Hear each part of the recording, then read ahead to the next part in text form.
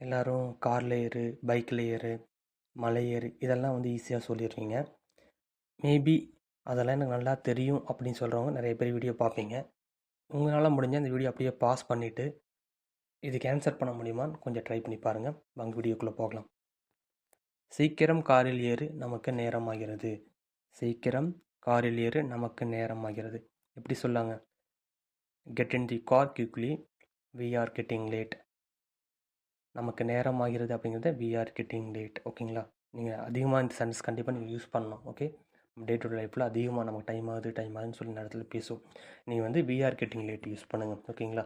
So get in the car quickly, we are getting late. Okay, அடுத்த sentence.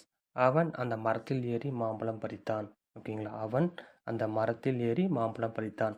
ஏன்னா அவன் அந்த மரத்தில் ஏறி கொய்யா பறித்தான், பப்பாளி, இந்த மாதிரி நிறைய வச்சுக்கோங்க. ஓகேங்களா? ஸோ நம்ம இன்றைக்கி பார்க்க போகிறது மாம்பழம் பற்றி தான். He climbed up the tree and plucked a mango and plucked a mango. Okay, he climbed up the tree. So மரத்தில் ஏறினான்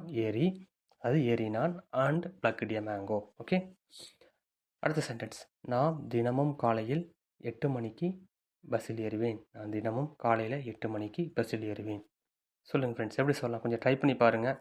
முன்னாடி பிகினிங்கில் சொன்ன மாதிரி தான் நீங்களாம் ட்ரை பண்ணி பார்க்கணும். ஓகே, ஆன்சர் என்ன பார்க்கலாங்களா? I get on the bus every morning at 8 AM. I get on the bus every morning at AM. So at தான் ஷார்ப்பான டைம்லாம் போடுவோம். பாயிண்டான ஒரு டைம் 9 மணி 10 மணி அங்கே வந்து நம்ம அட்டு யூஸ் பண்ணுவோம்.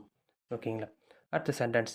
அந்த பையன் கூரை மேல் ஏறி விளையாடுகிறான். ஓகேங்களா? அந்த பையன் கூரை மேல் ஏறி பந்தை எடுக்கிறான். நம்ம பந்தெல்லாம் அடிச்சிருவோம், பந்து இருக்கும். இல்லைன்னா அந்த பையன் கூரை மேல் ஏறி பட்டத்தை வந்து எடுக்கிறான். ஸோ இந்த சென்டென்ஸ் உங்களுக்கு தெரிஞ்சாலும் போதுங்க. நீங்கள் அப்படியே அந்த சிச்சுவேஷனை மட்டும் மாற்றி போட்டிங்கன்னா போதும், அழகாக நீங்கள் இங்கிலீஷ் பேசிடலாம். ஓகேங்களா? ஏன்னா இங்கிலீஷ் சென்டென்ஸ் பார்க்கலாமா? The boy is climbing up the roof. ஓகேங்களா? கூரைனா roof and playing. The boy is climbing up the roof and playing. அப்படியே நிறுத்தி அடியே பேசிங்கன்னா உங்களுக்கு அழகாக மீனிங் புரியும். ஓகேங்களா? அடுத்த சென்டென்ஸ். மழை பெய்வதற்கு முன் டாக்ஸியில் ஏறுங்கள்.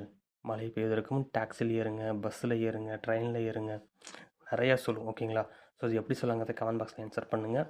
நீங்களும் இங்கிலீஷ் பேசணும். இதே மாதிரி நடுவில் மீண்டும் சந்திக்கலாம். Bye friends.